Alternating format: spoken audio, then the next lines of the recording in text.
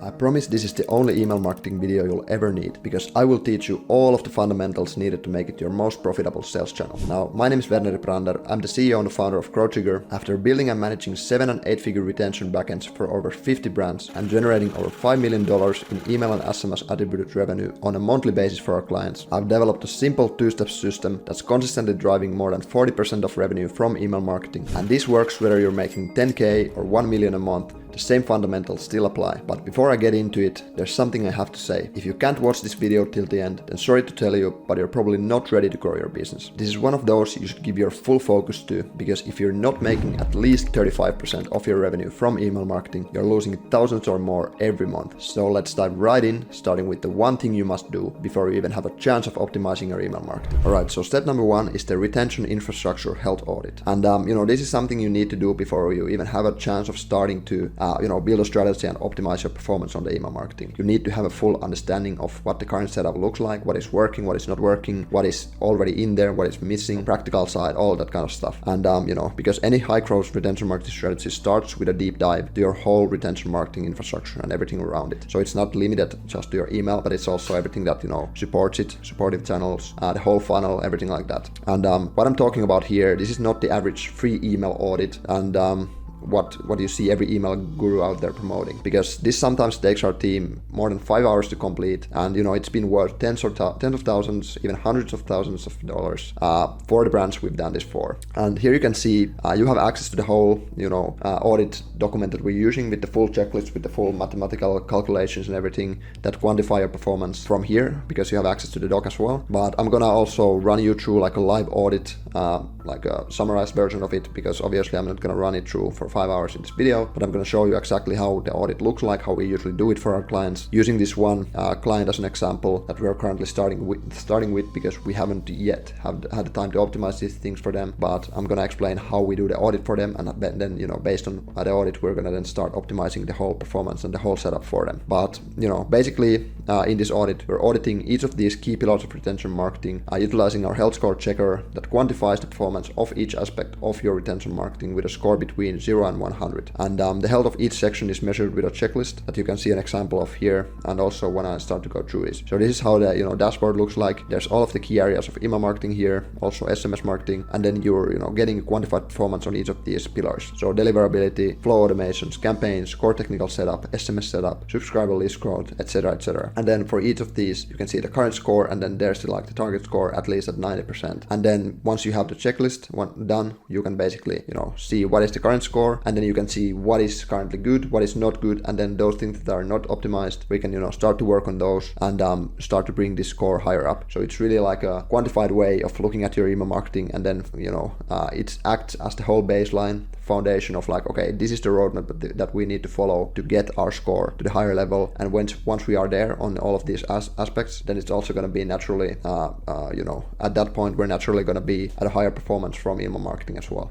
And then here are the checklist, how they look like, deliverability, customer experience, data hygiene, and marketing analytics. But let me just go straight into the checklist now and explain how this works. So this is like the dashboard. Here are the quantified metrics, the visualization of it, and then here is the actual detailed checklist of how we do the audit. So for each area here, we can set a score from 0, 25%, 50%, 75%, 100%. And then here we can set up takeaways and opportunities, like, okay, is this currently set up correctly? What we can do to optimize it, some insights around it, and then we can follow the steps and the insights that we gather here when we are actually starting to work on the account. And if you're doing it yourself, you can just do the audit for yourself as well as and then based on the takeaways here, you can start to optimize those internally, on yourself, on your own. And let's go into this example client account of ours right now. So here we can see, okay, this is what their performance looks like on a monthly basis, or like on the past month. And let's start from the deliverability. So first of all, are they sending messages from a dedicated sending domain? Then we go into their account, we go into the settings, we go into domains, and then we can see that, okay, currently they do have a domain set up and it's active. So yes, they are. Now we just put this to 100% and keep the comment here. Yes. Then we want to check if their verification on the domain domain level is correct. So do they have DMARC? Do they have DKIM? Do they have SPF? And these kinds of things. So now we can go to Easy DMARC. We can write their brand name. We can scan the domain, and then it gives us, assessment of it. So they have DMARC, but its policy is P none right now. It's, to be honest, this should be enough for most of the brands, unless there's some specific reason to increase the restrictions here. But DMARC is, I would say, this is optimal. SPF is also set up. DKIM is set up. So this is perfect actually right now. So let's set it to 100. They do have it, they do have it, they do have it, and then we can mark the policy as none. This can be edited to other policies as well if we need to be more strict about it, like if we want to restrict more of these emails and so on. It can also be quarantine, it can be reject and everything, but for now it's none, and this can be edited on your DNS provider. Alright, then sender address, does it look approachable? We don't want it to be, for example, no reply at yourbrand.com or something like that. We want it to be more approachable. I'm not gonna go into it right now, but if it's like info@yourbrand.com or like name@yourbrand.com or something like that, it's much more approachable. And of course you also want it to be in a way that people can respond to the email and they're gonna actually land to an inbox that you're also monitoring as well. So you can have a conversation with your customers and build a two-way connection there as well. Then BIMI and branded mail, these are basically something that you don't really need to have them, but we do suggest having them because of like the brand recognition and everything, because these mean that, for example, well, I'm gonna go deeper into it later in this video, but basically if you have this set up, your brand logo is gonna appear next to your sender name, and it's gonna of course increase engagement with your emails because it stands out in the inbox. If there's no images for anything else and then there's your logo next to your sender name, people are gonna recognize your brand more easily from the inbox, open your emails and so on. So that's usually a good thing to set up. Then performance insights for this specific client. Let's go into Klaviyo, let's go into deliverability tab, and that here we can see based on last 30 days of data, they have a really good deliverability score. Everything else is looking perfect, but the open rate is actually really not good. And we would want it to be at least 40%, preferably even more than 50%, because if it's this low, it's meaning that a lot of people are not opening the emails. It's also meaning that most likely or some of your emails are landing in spam folder, and that's gonna hurt your domain reputation, and that's gonna hurt a lot of the email performance as well, because if your emails are not reaching the inbox of the people, it's just no matter what the content looks like, people are not gonna see them, they're not gonna open them, they're not gonna buy from them. So this is something we need to act on as the first step when we start to work with this brand now. And so I'm gonna go here, I'm gonna make the comments. So basically all of the other metrics here look perfectly healthy, but open rate doesn't, and we can mark here that need to increase this to at least 40 to 50% on average. And how to do this, we need to start warming up the domain. So we need to go to a more engaged segment. We need to exclude all of the unengaged people, the fake addresses and everything, and then we need to start to slowly ramp up the volume once we actually reach these healthy open rates. And then that's going to build this feedback loop for the inbox providers to see that, okay, people are engaging with these emails, and thus we need to also put them into the main inbox instead of putting them to spam folder. Alright, then other things here, email verification, email list hygiene. Are the email addresses on your list valid and not outdated? For example, we can go here into their account, we can go into the segments that we've created for them, and we can see that there's a lot of chronic bounces, there's spam trap role accounts, spam trap accounts, profiles and everything. So there's a big amount of these profiles on the list, and I'm gonna give you the exact definitions and meanings of all of these segments later in this training. But basically we can see that there's a lot of unengaged people and fake profiles on the list right now that should be cleaned away from the list. So that's something that we would say here. Okay, a lot of unengaged profiles currently on the list need to clean away. Alright, and then basically managing the email list hygiene. You can either manually suppress those profiles on a monthly basis or as often as you want, but we actually do, I also explain this later in this video, but we actually do have a way of automating this whole process. We set up these webhook triggered flows in Klaviyo that basically in real time are cleaning away all of these unengaged profiles from your list as soon as they enter those, suppression segments. And this is important for two main reasons. Reason number one, Klaviyo is billing based on number of active profiles on your list, and so if you don't clean away these unengaged profiles, you're basically paying for profiles that are fake or unengaged, that are not generating you any ROI, but you're just paying for them on a monthly basis. You don't want to do that. That's why you want to set up these list cleaning segments and list cleaning automations and everything. Also, the second reason is that of course, if you're setting these unengaged profiles, it's going to hurt your whole deliverability, your domain reputation, and then in turn it's going to start start pushing your emails to the spam folder, and even those engaged people are not going to see them anymore. So you also want to manage the email list hygiene for that reason, so you can maintain high deliverability score and actually reach the inboxes of your subscribers whenever you're sending emails. Then other things here, you can check the IP sending domain reputation. For example, you can set it from one thing you can use to assess this is the deliverability tab that we already showed. So going here, seeing what the deliverability score is right now. But then other things you want to do, you also want to send a test email in this tool called Gmail. So how this works, I'm not going to send it right now, but I'm going to show how it works. So you would basically copy these addresses from here. You would go into Klaviyo, you would go into campaigns, you would take one of your existing emails. So actually, let me show right now how this looks like. So you would, for example, create a new campaign, say it's a test campaign. Let's send to this list. Next, then let's go here. Let's go to use this template right now. And then how you would do this is that you would go to preview, you would enter email addresses, you would copy all of them here, and then after that you would basically send this email as a preview. So you would say send test, then this would send to all of those addresses here that we just copied. And then after that you can search the brand name here, and you can see those emails in all of these inboxes with the tag explaining where they landed. So did they land into the spam folder or primary inbox, or did they land into the updates, or did they land into the promotions tab? And then based on that you can assess the deliverability, the inbox placement. And of course, if it's landing on inbox and updates, that's always the best. If it's landing in spam, that's the worst. So that's something there. And then also third thing you can use to assess your domain reputation is using a tool called Google Postmaster, which is what we always set up for our clients when we start to work with them. So here you can see how this looks like. This is another brand of ours. You can see the domain reputation, it can be high, medium, low, or bad. And for this client, for example, we have it as high. And then if it's not high, usually it means that at least part of the emails are landing in the spam folder, and that's not good. So you always want to, warm up your domain, optimize your deliverability, and make sure that every time you check this tool, you should check this at least on a monthly basis, even on a weekly basis, and make sure that it's always on the highest level, because if it's not, there's work to do for you. All right. And then of course, other things, monitoring blacklists. You can use, these different blacklist checkers online. So there's like Zero Bounce blacklist checker. There's a lot of other ones. So you should go into those accounts, you should write the domain name, and then after that, it's going to give you explanation of if you're currently on any blacklists or not. So let's, go into Zero Bounce, for example, here, then it's opening, then you write the domain name here again. So basically this one is the client, you submit it, or it's going to give you a, summary of if you're currently listed on any blacklists or not. If you are, you can then, apply to get delisted from those blacklists. But currently we can see, for example, that this domain is not blacklisted on any domains, and it is actually whitelisted, which is good in 3 of these, blacklists, basically. So this is good. And then if you are listed on any of these, I have another tutorial explaining how to, get removed from these blacklists, but you want to be checking this on a regular basis as well. And then compliance with laws, of course, you need to have, for example, your physical address in your email footer visible and everything like that. And then we're also checking that. Then when we go for the next sections, like this was the deliverability part, but if we go to the next sections, you can also audit all of the other parts. Like you can audit the flow automations, like okay, do they have a welcome flow in place right now or not? Do they have abandoned cart, checkout, browser abandonment flows, site abandonment flows, transactional emails, post-purchase flows, if they have those or not, and also how the content looks like do they have enough emails there? Are they tackling customer objections from all of the angles? Are they sharing social proof? Do they have some offers or promotions going on in these flows? How they look like? How does the performance look like, and everything like that? This is usually the part of the audit that takes the most amount of time to complete.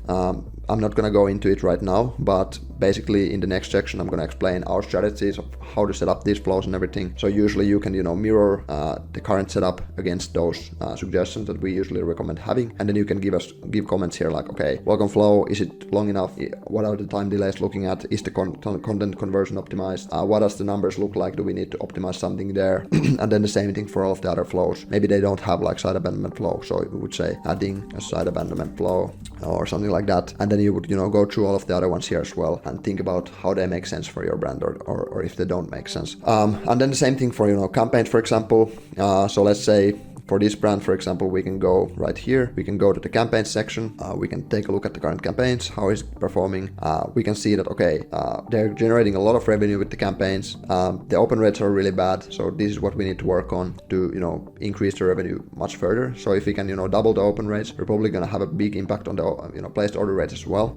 Then also, as I can see here, most of the content looks like it's some kind of promotions, offers right now, minus 60% off, stuff like that. So obviously it's going to generate a lot of sales, but is it profitable? Is it discounting your brand?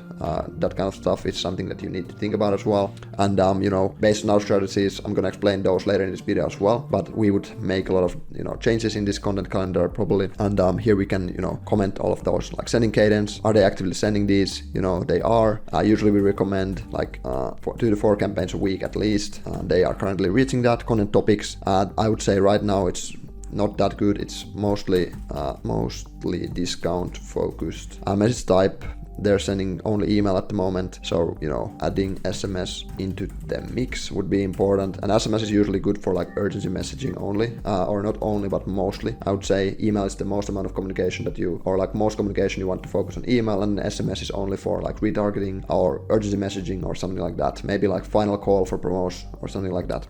Campaign design and messaging. Currently their design is not fully optimized, so we could follow our design best practices to build a new design, a new optimized design template, and for better brand image, but also for conversions, increasing the conversions, making it more direct response and everything. A/B testing, currently they're not doing it, so that's also something. They have a big list, they're sending to a big enough profile base, so we can also start doing high impact A/B tests. All right, segmentation, currently they're not excluding the important like list cleaning, list hygiene segments, so that's missing. We start doing that, and I'm gonna explain what these segments are later in this video. Exclusions, actually this is pretty much the same thing. Alright, then core technical setup. This is like a really simple checklist. You can just check all of these boxes, like go through these one by one, go into your Klaviyo backend, see if it's currently optimized or not. If it's not, then you can just optimize it based on what it's saying here. And I'm also giving you the full checklist for this later in this video as a ClickUp doc that you can access yourself. But here you can just like see, okay, are you currently optimizing these? Let's say, is your CSS optimization enabled? If it's not, you would press 0, and then once you optimize it, you can press it to 100, and you can just check these boxes one by one until your core technical setup is fully optimized. And this is like probably the simplest area of all of this audit here. You can just follow this, and if it's currently not optimized, you can optimize it easily in like 30 minutes, so until it's, or like even 15 minutes until it's fully optimized, and then after that, the whole backend, the foundation is perfect, and you can start to focus on the more impactful areas like flows and campaigns. Because obviously, if this is not optimized, if the deliverability and technical setup are not optimized, you shouldn't go into optimizing the campaigns and flows yet, because they're not gonna work anyway if these parts are not done first. These are the foundational things that you need to focus on as the first step of everything. And then there's other areas like SMS setup, subscriber list growth, all of this kind of stuff. Third-party integrations. Are you using some review platform? Are you using transactional messaging platform? Are you using session enrichment? Some of these things. Customer experience in Klaviyo, especially like have you set up customer hub? There's instructions, all of these parts. Do you have these different Klaviyo CRM features in use already or not? And then data hygiene, same thing here. Are you managing good data hygiene, personalization? Do you utilize customer behavior funnels and cohort reports in Klaviyo? Are you utilizing all of the data in advanced ways to make data-driven decisions instead of just like guessing? There's a lot of stuff, but you can go through this whole audit yourself, and but I'm not gonna spend the whole video right now going through it, because it would take me 5 hours plus, as I explained, to do this audit fully for this client in question here. Alright, so that's pretty much it for the audit section. And then once the audit has been done, step number 2 is gonna be to just rebuild the whole structure based on the audit, based on the insights you've been able to gather there. So like I said, after doing the full audit above, you'll have a crystal clear idea on what exactly is the current status of your retention marketing setup. And from that point on, you simply need to start rebuilding the infrastructure while having the audit notes and insights guide you from the lowest hanging foundational fixes to more granular advanced tactics. And this way, the whole strategy will be based on what was uncovered as part of the health score check, emphasizing the most impactful areas while moving chronologically towards smaller details. So basically, of course, if you haven't optimized deliverability and technical setup yet, you need to optimize those first so you can actually get started. You can actually have the foundation before you move into the more granular stuff. And of course, also you want to, like, if there's low-hanging fruits that you can, set up, implement in 15 minutes, and they're gonna make a huge impact on your performance. Of course, you want to be doing those first before moving into these more granular things that take like hours or days to build. But yeah, now the rest of the video I'm gonna be spending on walking you through the whole process, covering all of these key 6 pillars of email marketing, starting from pillar number 1. And pillar number 1 is called technical setup. So if your backend settings are not optimized, you can be losing up to 20 to 50% of your potential retention marketing revenue before sending a single email or SMS. And why is this? Of course, wrong settings can be hurting your deliverability. There can be broken tracking, attribution causing inaccurate data, sloppy targeting and filters leading to poor customer experience, and so on. What's cool about these steps here is that after setting up the correct systems once, they're going to be working as a strong backbone for your email channel forever with only a little bit of maintenance work. And they're also really easy to set up. You simply mainly just need to toggle on and off the exact settings given in this training. And implementing these is crucial for your retention channels to perform at a higher level, and taking action now will keep paying dividends far in the future. So it's like plug and play checklist, and after that it's going to be, the backend is going to be optimized. It's going to be working in your favor all the time. We use a battle tested checklist to fix this for every new brand we work with as part of the onboarding process, and you can find it linked below. So here you can see basically Klaviyo technical setup checklist, and here you can just go through these steps one by one, like Shopify Klaviyo integration. Have you activated it? Have you added the added to cart and view product metrics into the Klaviyo? Have you integrated it with Shopify? Have you what are you using as a campaign sending default? Have you optimized CSS? Have you excluded bot clicks from reporting data? Have you email tracking pixel placed at the top of the emails? Attribution settings, global unsubscribes, subscriber and preference pages, anonymous visitor tracking, extended ID, double opt-in. This is a really big part here. Most brands don't have this disabled, and unless you have a big deliverability issues, you should always disable this, because it's gonna have a huge impact on the amount of list growth you're getting. It's gonna double the list growth, also probably multiply the conversions as well. So this is something you need to check as well. And then other steps here as well. So you can go through this on your own time. You have the access to the doc in this video, in this training that we are going through here. So you can go deeper into it from there. Now, pillar number 2 is going to be deliverability. And here's the brutal truth. If your emails land in the spam folder, none of your other strategies matter. Because if Gmail, Outlook, or Apple Mail decide to dump your message into the junk folder, you're pretty much invisible. Luckily, deliverability is super simple as long as you follow these few steps below. And I'm going to walk you through the steps right now. And so here's how to actually optimize your email deliverability. Number 1, you want to set up a custom sending domain with proper verification and authentication. So I already covered this in the audit stage of this video, but basically you want to set up SPF, DKIM, DMARC, and then as a bonus, BIMI and Apple branded mail as well. And what BIMI and Apple branded mail do is basically, this is the difference here. So without them, you're looking like this, but with them, you get your logo next to your name in the inbox. And then when it comes to the custom sending domain and verification, here's a Klaviyo's article explaining exactly how to do it. There's a video showing how to do it, and there's full guide, so you can just follow this article, and it's going to take you a couple of minutes pretty much to just set all of this up. Only thing you need is access to this, access to your Klaviyo account, and then access to your DNS provider. Alright, then number 2, as part of the deliverability optimization checklist, you want to be sending to engaged segments most of the time. And what I mean by this, you want to default to sending campaigns to subscribers who opened or clicked in the last 90 days. And then if deliverability is looking weak, you tighten up even to 60 or 30 days. If it's consistently strong, so the open rates are like 40-50% plus, you can slowly start expanding to 120, even 180 days over time. And you can also adjust this by the inbox provider. So for example, you can use 30-day engaged segment for Outlook if open rates are low there. Sometimes we see that open rates in Outlook and Hotmail are much lower, so we might need to go a little bit stricter there. But then on Gmail they're looking healthier, so then you can keep a broader 90-day segment for Gmail, for example. And then also you want to be sending these full list emails or full list promos occasionally. So if you're keeping 90% of your sends focused on the most engaged people, then you can eventually and occasionally open up to full list to try to re-engage the dormants, because otherwise it's pointless to have them on the list if you're never sending to them. But if you're just keeping your main sends going to the engaged people, it's gonna signal to the inbox providers that your content is valuable, people are engaging with it, it's gonna push your deliverability really high. And then after you have the domain reputation deliverability score at the topest level, at the highest level, then you're also gonna be able to take the hit of like sending these full list emails occasionally to re-engage those people. And then as you monitor the open rates, you should aim to go broader and broader with the segment size, with the ultimate goal to reach as many people as possible without hurting your deliverability. So if you're able to sustain 90-day engaged segment sends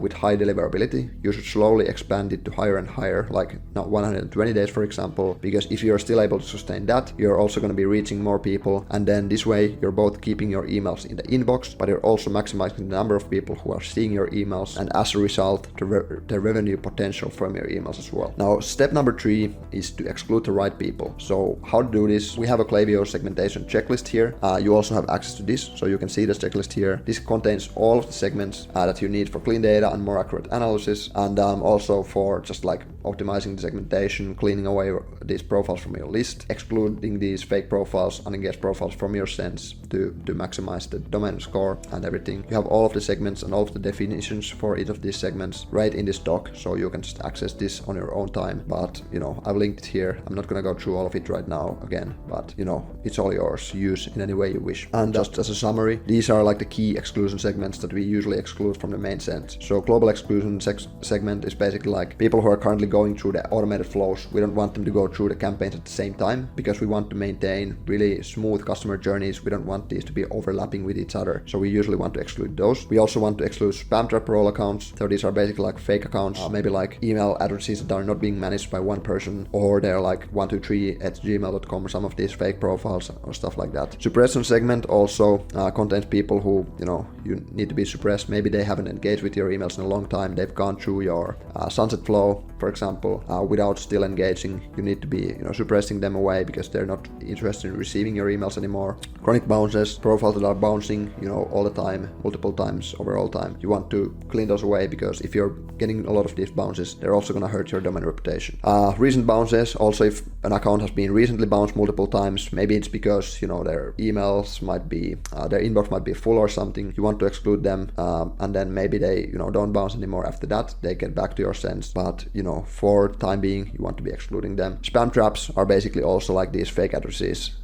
If you have, for example, if you see that people haven't been opening your emails like they have received more than 10 emails from you, but they've never taken any action. They haven't opened, they haven't clicked, they haven't been active on the site, they haven't browsed the product, they haven't added to cart, they haven't placed an order, they haven't started checkout, then you just, they're probably going to be a fake address or a bot address, so you just want to remove them from your list and don't send to them. And then recent buyers, if somebody recently bought from you, they're usually going through the post-purchase flow, so you don't want to have them receive your regular campaigns at the same time. Also, if they bought from you on a discount, for example, and then you're running a different discount on a campaign, you don't want them to receive that because maybe the discount you're currently running is maybe higher, and then if somebody sees it, they're going to be frustrated of buying at a full price or buying at a lower discount, and then it might cause them to cancel their order or just have a bad experience in general. Step number 4, you want to regularly clean your list. So I also talked about this a little bit on the audit section, but basically here's a video tutorial explaining how we set up these automated Klaviyo list cleaning flows to save money on a monthly basis, but also optimize your deliverability, because you're not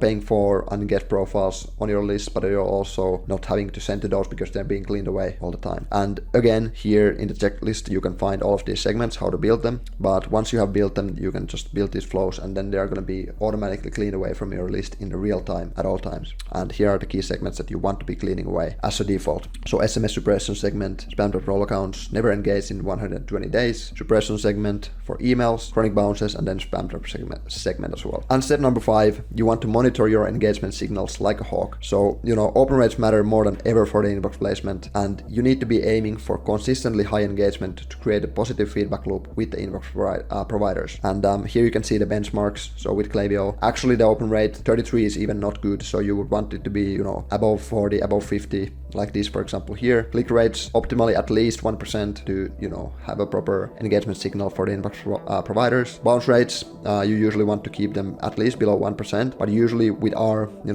exclusion segments and list cleaning process, we're gonna be able to push it really down, kind of like as an example here. Unsubscribe rates at least less than 0.5, but optimal, like ideally even less than 0.3, and then spam complaint rate less than 0.01 is usually good. Even 0.02 or 0.03 are still okay, but ideally it would be lower than this here. And when you do all of this, your emails first of all go back to the inbox instead of the spam folder. Your open rates can jump from 5% to 50%, as in this example that I'm going to be running you through in this video here.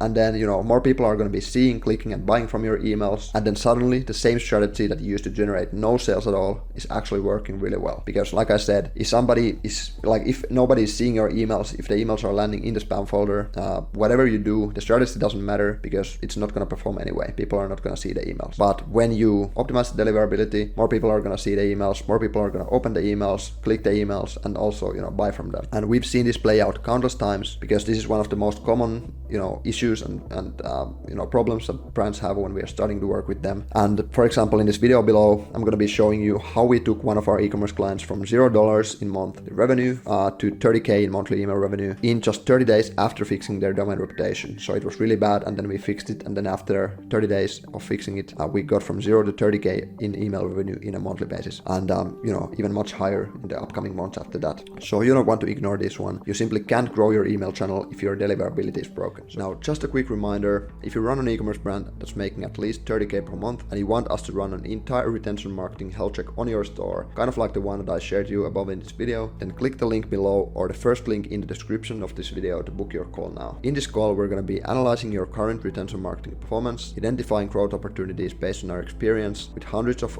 e-commerce brands, and sharing specific strategies that generate 35 to 55% of their total sales from email and SMS marketing for brands similar to yours, just like we've done for our clients like Ivy Effective, Freya, and all of the other ones here. Here you can see some of the emails we've done for them, and then here you can see the results that we've generated for them. So here's an example, going from $25 to $225 in a matter of 30 days. Same kind of results here, going 3xing the email performance in 30 days basically, while 2xing the whole business revenue. Same thing here, this is a yearly trend line for this client of ours. It's been really pretty much up and to the right here as well. Almost 3xing the whole Klaviyo attributed conversions within a matter of like 8 months against the previous period. Then list growth right here, going from 38,000 to 111,000 active profiles on the email list in a matter of 8 months as well, and keep maintaining these kind of list growth numbers. And then you can see subscription to conversion rate, which means how many people out of those who actually subscribe to your email list end up making a purchase within the first 30 days. It's gone from 7.6% to 12.22 here, and even higher in some of these months. And this is from the same brand. So while we're also growing the list, we're also growing the number of those people, relative amount of those people who also end up purchasing as well. So super important results here. And if you want to see more deeper dive case studies, you can go into this Google Drive folder right here to check those out. And then moving on to the next part, which is arguably the most misunderstood area of email marketing, and while also being one of the biggest differences between winning and losing brands. And this is segmentation. So pillar number 3 is segmentation. And why is this important?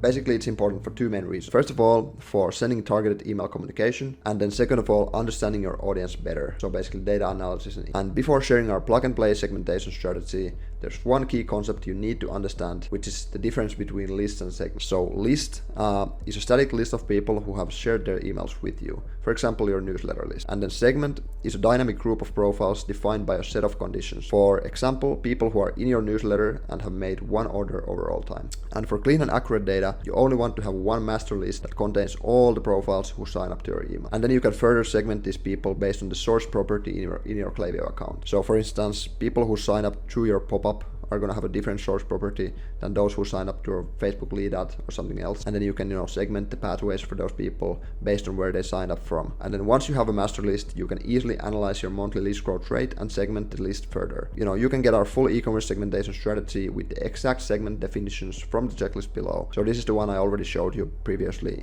as part of the deliverability pillar. So you can have access to this within the doc.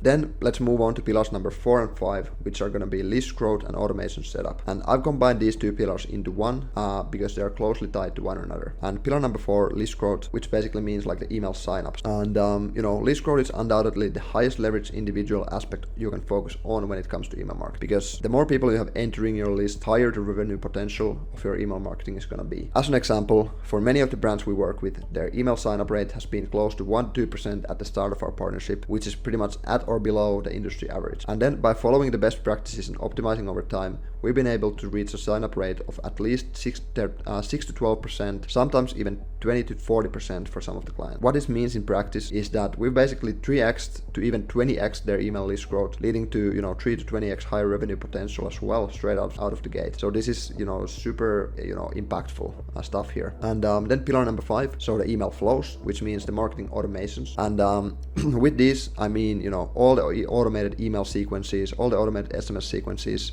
sent to your email audience and your audience based on specific behavioral triggers. And as a rule of thumb, a robust email automation setup often brings at least 30 to 60% all your email attributed revenue, which can equate to around 15 to 25% of your store's total revenue on a monthly basis. And then additionally, your weekly and monthly email newsletter campaigns, which is going to be the next pillar we're going to be talking about later, usually brings approximately the other half of the email attributed revenue on top of the 30 to 60% that is coming from these flows. And the best part about the flows is that first of all, you set this up once, then you'll be generating sales on autopilot 24/7, and then on top of the direct email revenue that's generated on an autopilot, the flows can also be leveraged for so much more, and all of this is also going to be automated. So basically, you're going to be collecting UGC and referrals from your best customers by implementing these touchpoints into the flows. You can enhance your customer support with automated customer support touchpoints, customer support reach outs, milestone check-ins, these kind of things that you can implement as part of your flows. Then collecting customer data with qualitative and quantitative surveys, so you can set up like email surveys for your clients, Typeform surveys that you push people to from your emails, stuff like this. You can drive product adoption with educational post-purchase emails, so when somebody signs up to your list, you can build a whole educational sequence for them to make sure that they're going to be able to optimize the product experience and have everything they need when the order arrives to be actually able to maximize their experience, become happy, and also in return give you good reviews and push your brand to other people, talk good about it, and create word of mouth for your benefit as well. And these are just the top of the iceberg here. To note, flows will always require some customization based on your brand's tech stack, so you might have a different review software, loyalty, subscription apps, etc. Although if you're in Klaviyo, you can pretty much consolidate all of these days. Then product type, of course, if you have a replenishable brand, or like if you're selling replenishable products compared to non-replenishable like one-time products, the strategy is going to be wildly different. And then there's also going to be other unique factors based on your brand's context. But luckily, after handling the retention marketing of 50 plus e-commerce brands within the past couple of years, we'll have a really good understanding of what tends to work well. And here you can explore our strategies and customer journey structures in this mirror board below. You can do this on your own time, but I'm also going to be running you through this quickly right now in this video, so you can get an understanding of these, and then you can open this doc on your own later on. So first of all, email and SMS list growth strategy. We're going to have the sign up form strategy that we're going to be using. So we usually have 2 different sign up forms for homepage, so one for mobile, one for desktop. Then we have product page retargeting pop-ups for desktop and mobile as well, and then collection page retargeting pop-ups for desktop and mobile as well. Usually these are going to be like smaller slide outs on the bottom corner of the screen, same with these, but then the homepage ones are going to be bigger, more intrusive maybe, but also more aggressive, and yeah, with this combination we're going to be able to optimize the sign-up rate. But also, there's another one which is going to be the SMS only pop-up for those people who are already on your email list, haven't given the SMS consent yet. And then how the pop-up structure usually looks like, it's going to be something like this. So there's going to be the zero-party data collection as the first step, which is also going to be a micro-commitment step at the same time. So we're achieving, 2 birds with 1 stone here. So basically, we're asking data of them. So we're going to be able to personalize the content based on this data. And then also we're going to be, having them micro commit with this small step here as first step, and then based on the commitment bias, it's more likely that they're also gonna follow through as the following steps to give their email addresses and everything. And then there's gonna be SMS collection, and then there's gonna be the final step where we actually give the incentive away and then push them back to the site to continue shopping. And based on the goal they pick in the first window of the pop-up here, we can then 2 key things. First of all, personalize the welcome flow content to match their individual goals, and then collect the data, optimize other channels and other parts of the funnel as well. So paid ads, CRO, website, angles, everything like that, based on what we are finding out about our customers when they press the goal and choose the goal here in the pop-up. And for example, if 80% of your subscribers are picking sleep as their main goal, but you don't have optimized funnel for sleep angle, maybe this is your sign to double down on that. So you can have an idea of how this impacts and how you can leverage this data to improve your performance on the marketing. Then there's gonna be other secondary lead growth methods here explained to you, and then there's an extended email flow strategy, and then there's like a more basic email flow strategy. This is what we usually do for brands that don't have anything in place yet, maybe like smaller brands who are making below 50k a month in revenue, and then this is what we are moving towards, which is going to be like the advanced email marketing strategy that we're using for bigger brands, and that's actually generating like even better results than this basic version here. So usually this includes welcome flow, at least like 5 emails, and then it's going to be personalized based on there's going to be different pathways based on the goal they pick up in the pop-up. We're also going to be doing post-purchase immediate thank you flow, split between number of orders. So there's first time customer thank you, upsell, there's second time customer, third time customer, fourth time customer, and so on. And then here you can see usually this looks like this, like there's gonna be a thank you, it's gonna be like a plain text email, and then there's gonna be a PS at the end, like you can place another order in the next 6 hours or something, and we'll do our best to fit it into one shipment. And usually just this small PS note, if this is something you can do with your fulfillment, just a small PS note is gonna be like a huge conversion driver, increasing the AOV of your customers by getting them to add some additional stuff into the order. And if you have this order editing app implemented into your site and into your Klaviyo, this is actually something that we have done with huge success for many of our clients, which is basically implementing these to Klaviyo, and then you can push people in the order confirmation email to go back to their order confirmation page and edit their order for a specified amount of time. So as an example here, you can edit for 30 minutes after placing the order, and then you can also implement like a one-time discount code for your customers, like for 30 minutes only, add this one product to your order and get 10% off on that additional item. And this is another way to do this flow. And other flows here, post-purchase flow for first-time customers. This is usually going to be like more focused on the education. So educating your customers before they receive the order to make sure that they're primed to get the most out of and get the best experience out of it. Then we're pushing them to other channels, maybe SMS, maybe social media. If you have a brand community, that's also another way where you can push them towards in the flow. And then product activation email. We're basically like asking if they're satisfied with their order or not, and then based on that we're going to be able to push them to different funnels. So if they are really satisfied, we're going to be able to push them to our review flow and get positive reviews. And then if they're dissatisfied, we're going to be excluding them from review request emails, and then we're going to be instead pushing them to this plain text customer support checking. So there's going to be an automated customer support reach out from like, hey, we are like from the customer success team, we noticed you had a bad experience, can you tell us what went wrong, can we help you in some way? And usually this conversation starter allows them to reach back to our support and then figure out the solution to the problem and eventually turn like the negative experience into a positive one as well. Then there's other flows, first time customer post-purchase upsell flows. If you're a subscription brand, it might be like a subscription upsell flow from one-time customers, subscription customers.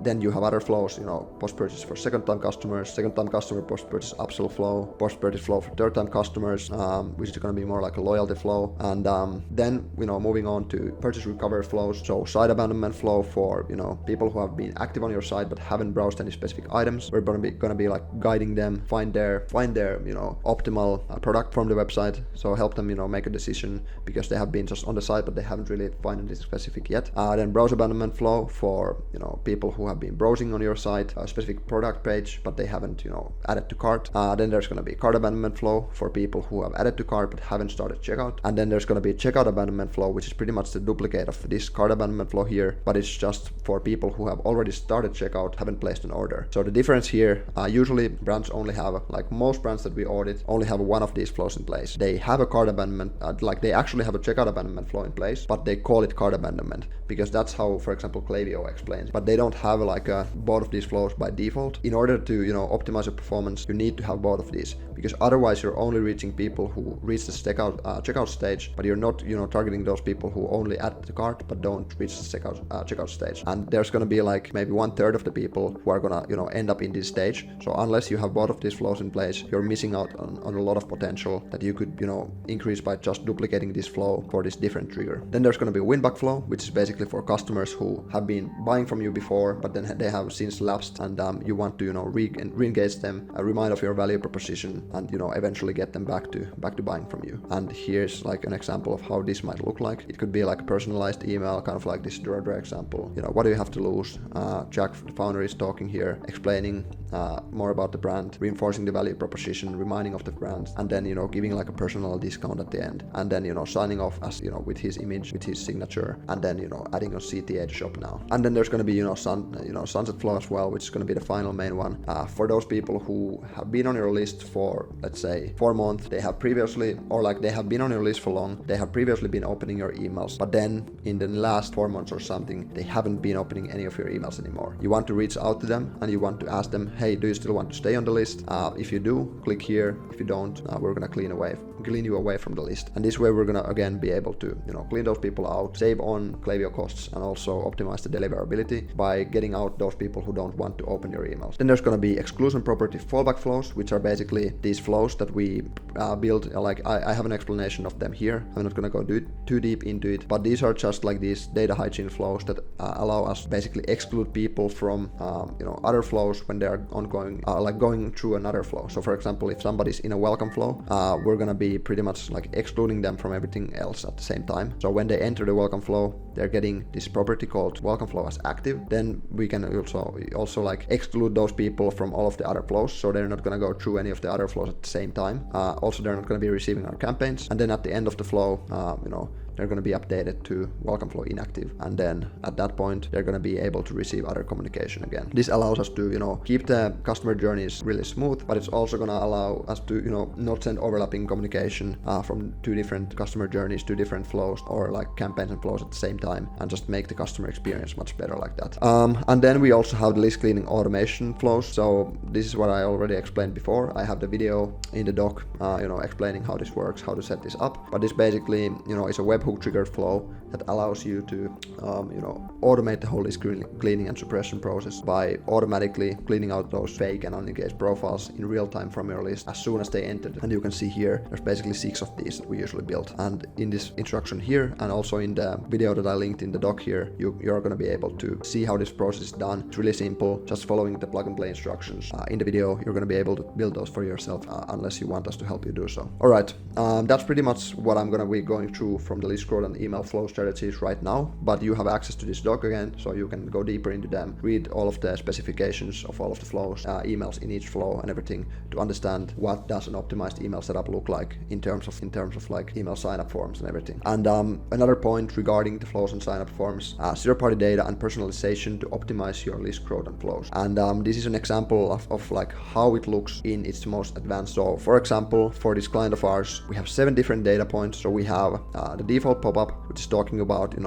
they are selling like coffee, and then they are selling these mushroom elixirs, this brand. So basically we're going to be asking in these coffee category pop-ups, we're going to be asking their coffee goals, like do they look for toxin-free coffee, do they look for gentler caffeine boost, do they look for better focus and brain power, and then for the elixir category pop-ups we're asking about, do they want to enhance focus, boost immunity, increase energy, improve sleep, or so on. So we basically have 7 different data points collected from different pop-ups on our site, and then each of these answers they can leave. Each of these 7 answers leads to its unique welcome flow with fully personalized content, push them to the goal that they're looking for. And then there's a general 8 fallback path for those people who sign up from other channels like Facebook lead us without answering any of these questions. And then this leads to this fully personalized welcome flow. You can see this looks really advanced, and that's pretty much what it is as well. So here they're signing up, and then here it's going to be asking what is the main goal of theirs, and then there's going to be 1, 2, 3, 4, 5, 6, 7, and then the general path as an 8th path here. And then each of these paths is going to be really personalized based on what they picked up as their goal in the pop-up here. So yeah, this is what it looks like in its pretty much most advanced personalization that you can do with the list growth and then with the email flows as well. Now,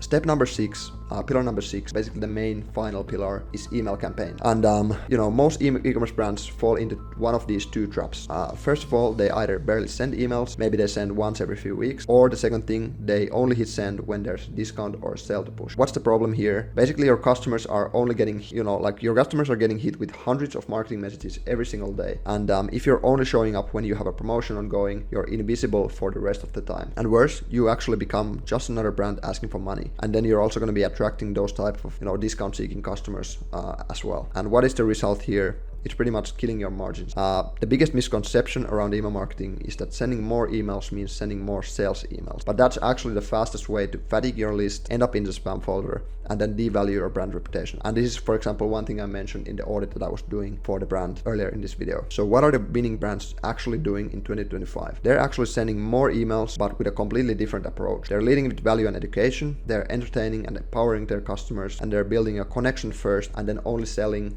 after that. And here's what we found works best. So, sending 2 to 4 value-driven campaigns per week, only running major promotional campaigns every 1 to 2 months. And then if you're a brand selling one-time products, maybe you want to discounts altogether, because if you're only sending these one-time products, you don't want to lose on margins on the first sale, because probably they're not going to be coming back for more later. And for the brands we work with, our email content is usually built around these 6 core pillars. So there's going to be product-focused campaigns, social proof campaigns, engagement campaigns, re-engagement campaigns, active customers and VIP campaigns, and then promotional campaigns as the 6th step only. And I can show you an example of each of these. So, product launch campaign example here this is actually a product that I'm subscribed to myself. A new product, Hydrate, showcasing the product, getting people to, purchase it, then explaining more about the features and the benefits, some social proof, and then, additional CTS at the bottom, and then, product grid here out of the second pillar was social proof. Here's an example of that from Bress. This is a plain text version of that, but basically like sharing this one really,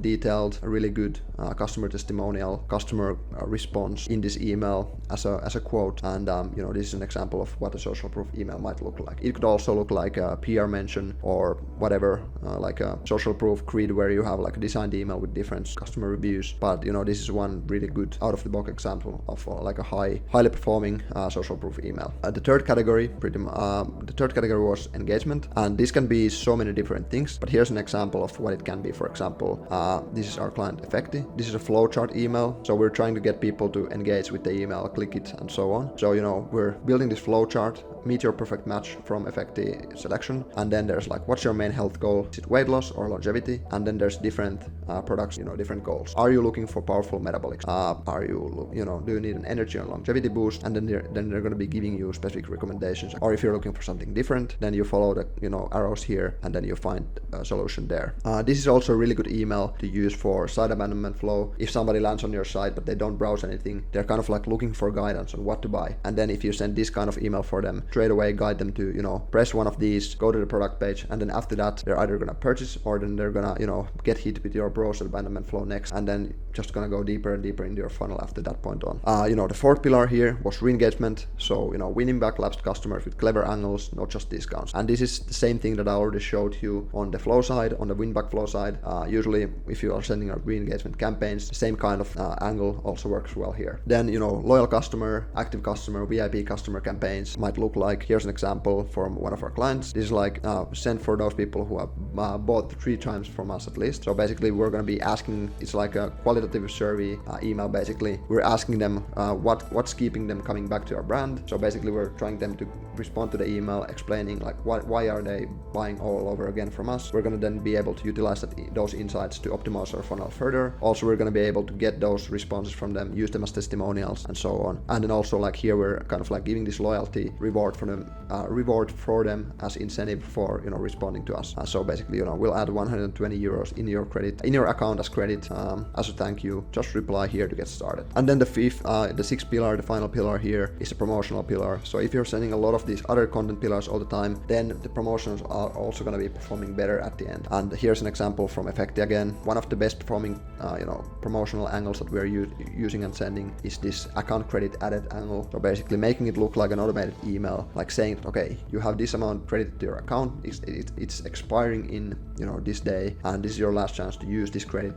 Here's your account email address, your accrued credit. Here's, you know, there's, you know, unique looking discount code. You can use, you know, use your credit, and then there's CTAs to these different products to actually finalize the purchase. So this has been overperforming, and you know, even with split testing this against like normal promotions where it would just be like you have $17.50 in discount, you know, positioning it as this credit on your account, forming this variation on the split test, the normal discount, huge margin there. And yeah, so this is something that most brands don't do, but if you're, you know, trying to run a promotional email campaign, definitely give this one a try. I can pretty much guarantee it's gonna overpay the other angles that you would be trying on the promotional side. And you know, then on top of these, I'm gonna be explaining a little bit more about the campaigns, and first of all, explaining like what is the easiest way to make more money with your email campaigns, and that's pretty much gonna be increasing the segment size. So basically, while everyone is telling you to never email the full list and only send to your 60-day engaged segment, I'm offering you a controversial statement here backed by data, which is that sending email campaigns to your whole list isn't always bad. Even though I was already talking about the deliverability higher up in this doc and everything, I'm gonna, you know, explain why this is not always the case. So below are images from one of our clients. Since we started the partnership, we broadened the campaign sending segment from 90-day engaged, which was the default, to actually 180-day engaged, to eventually all email subscribers, while only excluding the key exclusion segments that I also explained above. And what are the results looking like? Basically, you can see here, went from 5,000 euros in monthly email campaigns to 10,600 euros in revenue from monthly email campaigns by sending the exact same number of campaigns. And also, you know, the deliverability score got from 70 to 92, so basically stronger than ever. You can see open rates are actually 55, so super good. Click rates are also amazing. Bounce rates are super good. Unsubscribe rates are a little bit higher, but still good. Like if it's below 0.5, it's still okay. And then spam complaint rates are also like bare minimum, like it almost non-existent. So you can see Klaviyo deliverability score went from 70 to 92 after we expanded the segment to all email subscribers. Email recipients increased by 20% after the first month, and then also campaign revenue increased more than 2x month over month, all while sending the same number of campaigns that we were sending before us. So we were sending the exact number of campaigns, but we just increased the segment size while maintaining the high deliverability, and thus we were able to reach, you know, 20% more people with each email on average, and also like increasing the campaign strategy together with that eventually led to, you know, 2x increase in the monthly email marketing revenue from campaigns. And again, I'm not telling you to start blasting your full list straight away, but here's what I would your goal with email should be to reach as many people as possible without harming your deliverability, because the more people you email, the higher the revenue potential. So as long as you can increase the segment size in your emails and send to more people while still maintaining high deliverability, that's what you should be doing. And now here's why this approach high frequency, high volume, non-discount email campaigns. So first of all, top of mind effect. When you're showing up consistently, your brand becomes familiar. So not just during the sale, but just like showing up in their inbox like regularly, consistently, sharing value and everything. You're going to be taking them from, you know, another stage to, you know, a stage where they actually recognize your brand, to a stage where they actually recall your brand, and then eventually to top of mind when you're actually the one that, you know, if they're thinking about the category of your brand, you're the brand that they're going to be thinking of, and you're the brand they're going to be coming to buy from. And you know, even if someone isn't ready to buy today, you're going to be the one that they think of when they are, and that's brand equity, and email's a perfect channel to build it. Second thing here, customer empowerment and education. The more helpful and relevant your emails, the more trust and emotional connection you. And when people trust you, they also buy more, even without discount. So trust is, you just need more trust. It's not like it's scarce these days. People are so inauthentic. There's a lot of AI-driven content and everything. It's really hard to build trust, but if you can build that, it's gonna be, you know, your differentiator, and that's gonna be the asset that helps you grow as a brand. And number 3 here, site traffic. More campaigns means more consistent warm traffic to your site, and even if those people don't buy straight away, they're entering your flows, being retargeted, and staying in your funnel. So, you know, you're sending campaigns, they're going to your site, they're browsing your products, then they're ending your browse abandonment flow, then they're, you know, going to the browse abandonment flow, they're adding to the cart eventually, then they're going to the cart abandonment flow, and then eventually hopefully buying from you. So every visit is a chance to convert. And then fourth, as a byproduct of all of the other steps here, it's gonna be sales. So when you finally do run a promotional sequence at the end, you know, of these 1 to 2 months, it also it's also going to land way harder because people have been primed to purchase, and they've been educated, they've been entertained and nurtured, and a lot of people have already been buying from those educational content pieces. But if they haven't, they have already been getting a lot of value from you, they have built trust with you, and now if you run a one promotional sequence every 1 to 2 months, those people are now ready to buy at that point. Maybe that's the final nudge they needed, and now they're going to be taking action. Here I have a couple of additional resources for you. So how to plan a monthly email campaign calendar in minutes. Here's a video explaining how to do that, and then here's a Figma file with fully editable email templates that we've done for our clients. Also a video where I go through those with examples of high converting email newsletters, both non-discount and discount newsletters, and these were some of our highest performing campaigns for our clients in these specific months that I'm going through in this video and in the Figma file here. Now, bonus section, email design and CRO best practice. So high quality email design is important for two major perspectives. Number one, branding perspective. So a strong and recognizable brand needs a coherent visual image across all marketing channels, including email. And in the image below, you can see as an example how big of a brand uplift we were able to do for one of our clients by implementing a completely updated email design. So here you can see what these IVRX emails used to look like before us. Open this if it's gonna load. So this is what it used to look like. IVRX, just like fully long form copy, not optimized for conversions, no design at all, kind of like boring looking. And then here's what it looks like after we have been doing the designs for them. So let's try to get opened. Here it's loading right now, but basically here's also they did a full rebrand at the same time, so we have a new logo as well. But basically this is what the template looks like right now. Much more engaging, much more visually driven, and much more conversion optimized. And then also the footer section here with additional buttons, CTA to download their app, and all of these other parts. We've been able to like more than double the click rates with this template compared to the old one, and also it's reflecting on the higher conversion. Now, second perspective of why this email design is important is engagement, and I can talk about this from this statistical standpoint as well.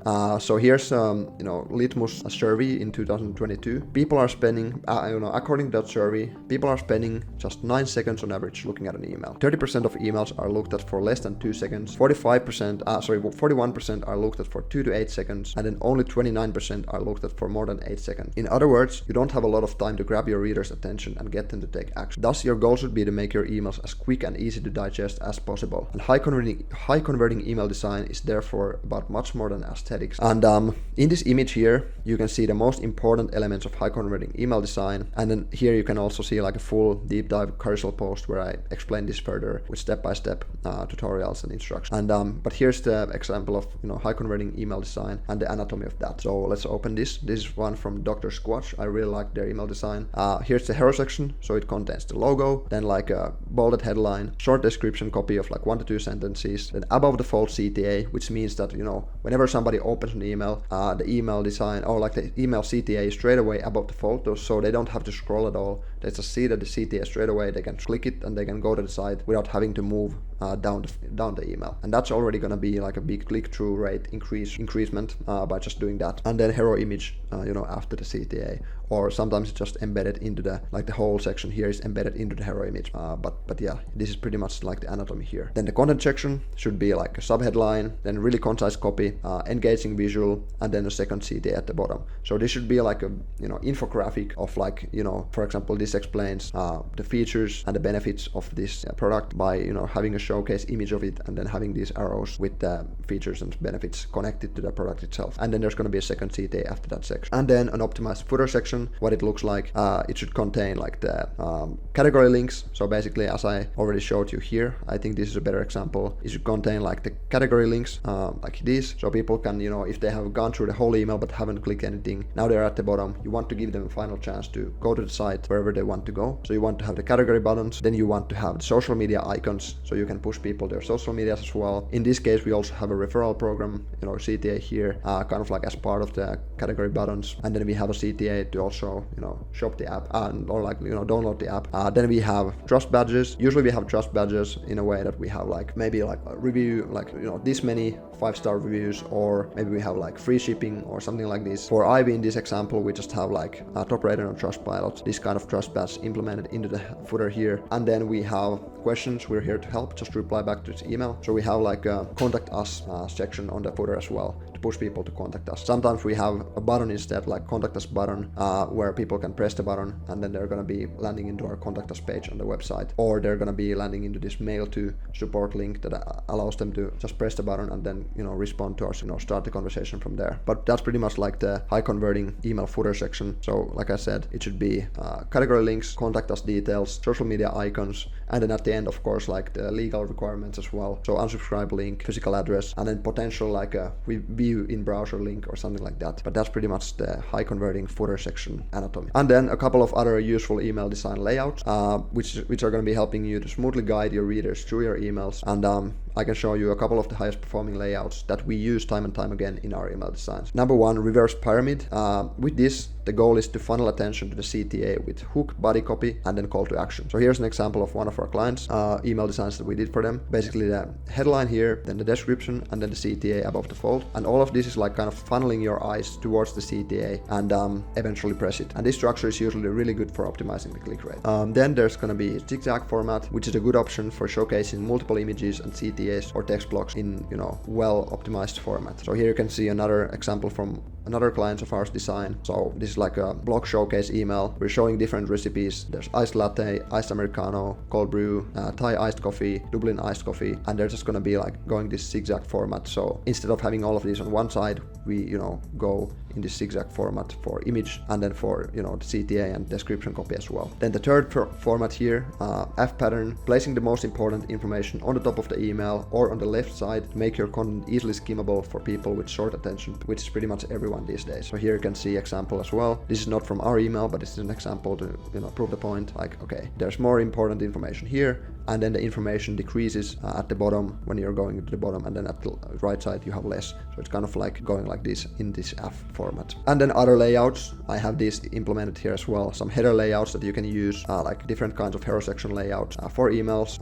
Maybe you have the headline, you have picture, you have the CTA here, or maybe you have the headline, description copy, about the fold CTA, and then the hero picture later, or different kinds of formats here. It's just you can experiment with these, A/B test these, and see what works well. And then there's email body layouts as well. Here's the zigzag format, and then there's a couple of other ones like product grids and everything. And then there's another one, so you can go through these and take inspiration from these as well. Now, finally, like a conversion optimization checklist for you as you have this doc, so you can kind of like go through your current email templates and see if you actually are checking these boxes or if you need to make some changes to optimize your conversion. Optimize your emails for conversion as well. So couple of important steps here. First, CTA should be above the fold so people don't have to scroll to click, as I already explained. Second part of the checklist, having buttons that stand out, so having big and high enough buttons with enough padding above the text. And usually want to have this color filled instead of having only the outline of the button, because that's usually stands out more, making people press it. Then you don't want to have category or navigation buttons at the top of the email as default, because navigation in the footer it's just better, because let's say you have a clear goal in the email, like you want people to read the headline, press the CTA above the fold, and take the action that you want them to take. If you instead have these category buttons at the top, it's just gonna distract people from the main CTA you have, and it's gonna decrease the impact of the email. So that's why you instead want to have the navigation in the footer, kind of like the way I already explained here, that you have the category links, the contact us details, social media icons, everything like that in the footer for those people who went through the whole email but didn't find what they were looking for. Then you have one final chance for them to press the button that they want to and land on your site. Instead, have those in the footer section instead of the top of the email. Optimize the impact of the email and also maximize the clicks and conversion. Then the next part, no CTAs at the top left of the email. That's like a good rule of thumb. And why is that? It's simply that people are using their mobile phones. They're mostly reading their emails in their mobile, and then if you're having your right hand use the email, or like having your right hand use the mobile phone, you may not be able to reach with your finger, with your thumb, to the left top left of the of your screen. So it's just hard to reach that, and it actually can impact conversions negatively and impact clicks negatively. So that's why, as a default, you want to use center aligned CTAs in this email. Then about product showcase layout, usually one item per row is often better than multiple products on the same row. And then other points, maybe you want to use GIFs or zigzag format to showcase multiple products without taking a lot of space. So for example, you can use a GIF of different products flashing there in the screen if you are like willing to push them to category section or something instead of having a long email with all of those separate. And then another one, which is really important one, really interesting one that most people don't realize, is that you want to use people in images whose eyes, faces, hands, or usually they're just facing or pointing to the main call to action. So maybe you have a her section, you have a person looking at the CTA or like towards the direction of the centered CTA in the email. That's gonna help people look at the CTA as well, point out the CTA, locate it and then press it as well. Instinctively, people are willing to look where others are looking to. So if they can see in the email somebody's pointing or looking at the CTA, it's gonna be better for them to locate the CTA, and it's also gonna increase the click rates towards that CTA. Now that's it for this video. I've already shown you what to do, but I didn't have time to show you what not to do. And email marketing is changing every year, and customers are getting immune to the same old strategy. But most brands are still running email marketing like it's 2000. If you want, you can click the video below or on the YouTube screen right now, and you're going to be learning the new way to run email marketing in 2025, so you don't end up losing thousands as a result of outdated strategy.